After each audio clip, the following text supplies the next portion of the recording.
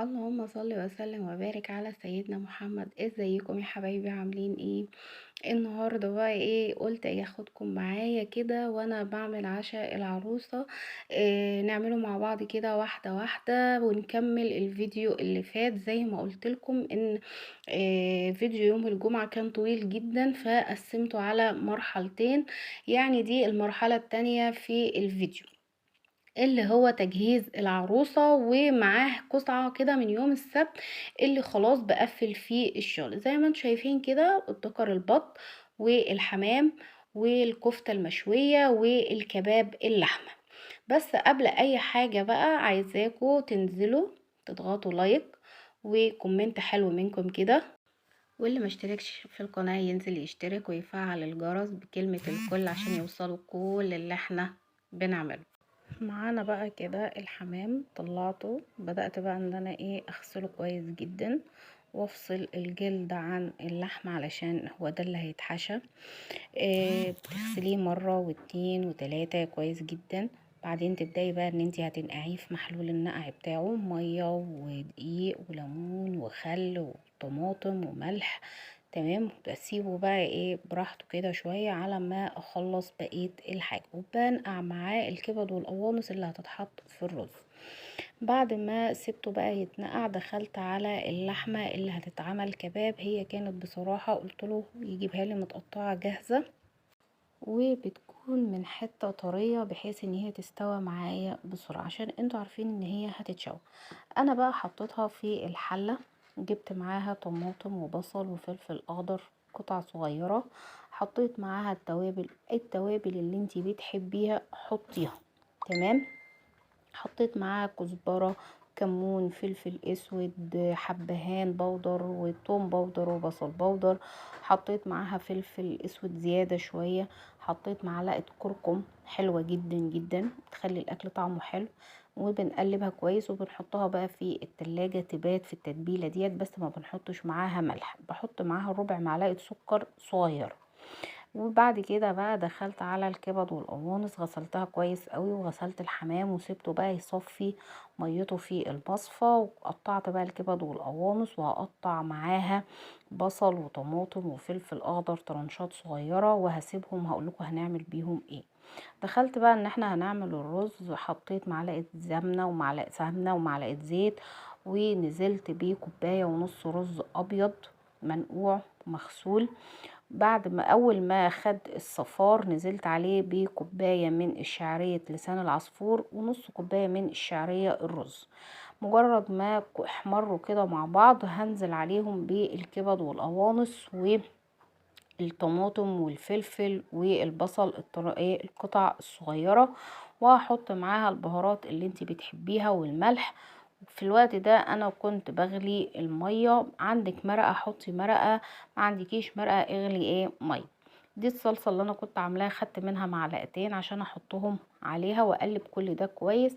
انا مش هحط المية ان هي مغطياها وتطبخ زي الرز العادي، لا، ده انا هحط المية ابقى شايفة الرز كمان، بحيث ان هو بس كله المية كده والرز يغلوا مع بعض كده، ياخدوا من بعض. بعد كده بقوم مجرد ما بتنشف بقوم مطفيه. يعني الرز ما بياخدش معايا 3 دقايق على البوتاجاز. تمام، بسيبها كده، وبعد كده بطفي بقى واقلب الرز كويس احطه في طبق، بحيث ان انا ابدا ان خلاص احشي الحمام. انا كنت غاسله الحمام كويس وسبته بقى يصفي. شفتوا؟ يعني بتغسليه مره واتنين وتلاته وتنقعيه وترجعي تغسليه عشان الحاجه تبقى نظيفه. ده كان الرز اهوت، ما شاء الله حلو اهوت.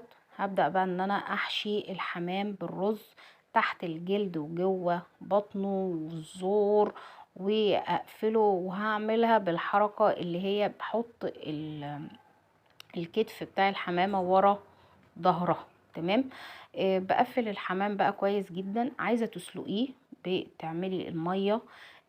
بس هو المقطع ده بصراحة راح مني، انا سلقته.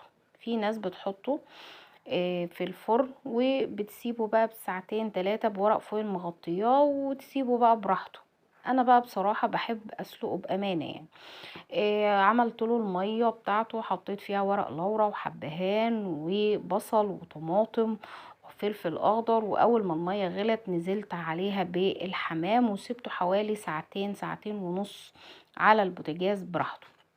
دي كانت البطة غسلتها كويس جدا ونقعتها زي ما نقعت الحمام، وبعد كده غسلتها تاني وصفتها. جبت بقى ايه الطماطم اللي انا مسوياها، وجبت معاها مستردة ومايونيز وكاتشب والبهارات اللي انتي بتحبيها. انا ما بقيتش حد ببهارات يا جماعه، حطي بهاراتك زي ما انت عايزه، بس الموضوع كله حطي مع البهارات حطي معاها معلقه ايه كركم، بتدي للاكل طعم في منتهى الجمال. وحطيت معاها معلقه صويا صوص، وقلبت ده كله بمعلقه سمنه. وهبدأ بقى ان انا ايه اتبل البطة. انا كنت عملت في البطة فتحات بالسكينة علشان التتبيلة تخش جوه وبره، وتدي طعم حلو كده للبطة وهي بتتشوى في الفرن في الكيس الحراري. هبدأ بقى ان انا اعمل للبطة من كل حتة فيها، من جوه ومن بره ومن ظهرها ومن كل حتى الجناحة والرقبة برضو عملتها علشان يبقى الكل واخد من الطعم بتاعه. وهبدأ بقى ان انا احطها في الكيس الحراري واسيبها بقى ايه في التلاجة كده لتاني يوم الصبح، زي ما عملت في الحمام هعمل في البط وعملت في الكباب. والكفتة برضو هعملها واسيبها في التلاجة لحد تاني يوم. بحب اجهز حاجتي قوي على بيات لما تكون الحاجة عندي وعارفة انا هعمل ايه، بحب اجهزها على بيات. بحب التتبيلة كده تعيش مع اللحمة، تعيش مع الفراخ، مع الحاجة اللي هتنطبخ، بتبقى عاطية طعم حلو جدا بصراحة عن ما تبقى عاملاها قبلها بساعة او بساعتين.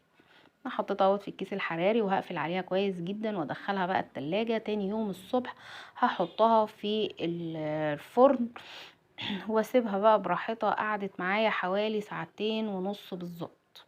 بعد كده شلت الكيس الحراري وشويتها بس كده.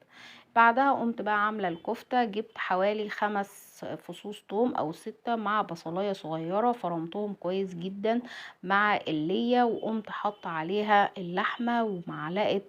كنت عامله نص كيلو لحمه، يعني الحال اللي انا بقولك عليه ده نص كيلو مع لحمه.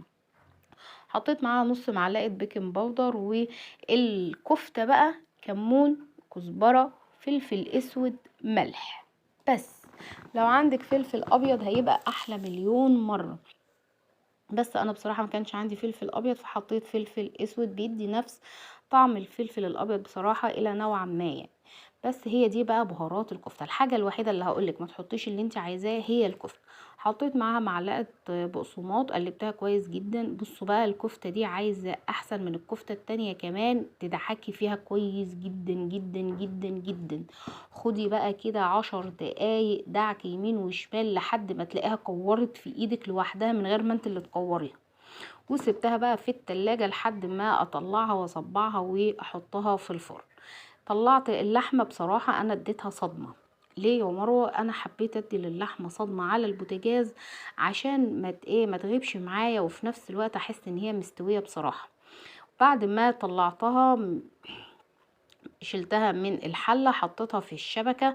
وشفتوا بقى التتبيله اللي انا كنت عامله فيها البط والحمام والحاجات دي، حطيت فيها عليها برضو اهوت اللحمه. سقيت اللحمه بيها. عايزه اقول لكم ان التتبيله دي كانت حلوه جدا جدا، وهصبع بيها الكفته كمان حلوه قوي قوي. عملت اللحمه واحطها بقى تحت الشوايه تتشوى براحتها، وهتطلع هكون عامله الفحمه، حطلها الفحمايه ليها هي والكفته، وحاطه مع تحتهم بقدونس وفوقهم بقدونس. عايزه اقول لكم ان الطعم حاجه كده، ريحه وطعم تحفه تحفه تحفه. ده كان الحمام خلص وشويته هو مع البط. انا شويت الحمام ما قليتوش، انا بحب اشوي الحمام ما بحبش اقليه بصراحه. كنت خلاص شويتهم، بس هو يعني المقطع ده اتحط بعد المقطع ده ما تسالونيش ازاي. فعادي بقى، يلا يا بنات مش مشكله. الله اكبر الله اكبر، العصر بيأذن. الله اكبر الله اكبر، اشهد ان لا اله الا الله اشهد محمد رسول الله.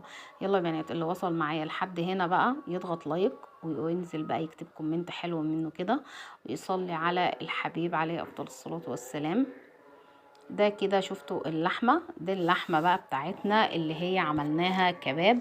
ودي الكفتة ما شاء الله، ودكر البط عملناه مع ورق العنب وده كمان الحمام المحشي شويناه مع البطة. وده كان المحشي نازل قبل كده من يومين. واشوف وشكم بخير يا رب.